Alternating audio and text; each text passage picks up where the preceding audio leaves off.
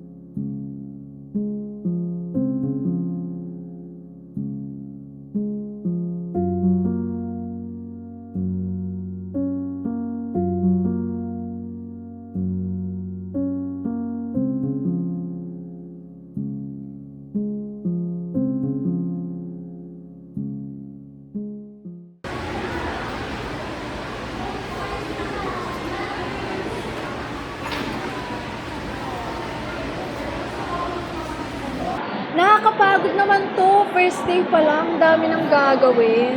Ay, Kaya nga parang palaging bad trip si ma'am. good luck na lang sa atin. Tara, kain na tayo.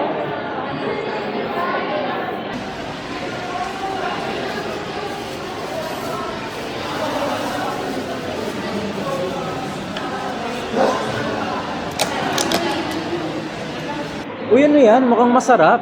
Pinangantatulingan, galing Batangas. Niluto ni nanay para sa akin. Favorite ko nga eh. Oo nga, pwede patikim. Sige lang, go.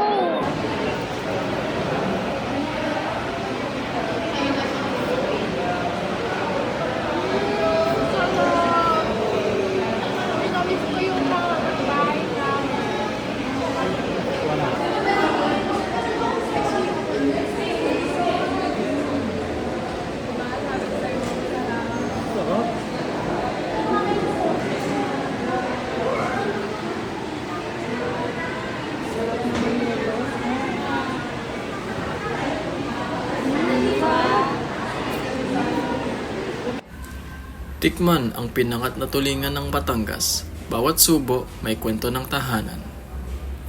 Ang pinangat na tulingan ay isa sa mga ipinagmamalaking pagkain ng Batangas. Kilala ito sa natatanging paraan ng pagluluto ng tulingan kasama ang kamyas, sampalok at iba pang sangkap na nagbibigay ng masarap at kakaibang lasa.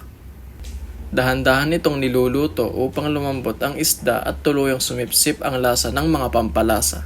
Ang paraang ito ay minanapa mula sa mga nakatatandang Batanggenyo at ipinapasa hanggang sa kasalukuyan. Higit pa sa isang pagkain, ang pinangat na tulingan ay simbolo ng kasipagan, pagiging mapamaraan at matibay na samahan ng mga Batanggenyo. Ito ay sumasalamin sa kanilang mayamang kultura at malalim na koneksyon sa dagat na pinagkukunan ng kanilang kabuhayan.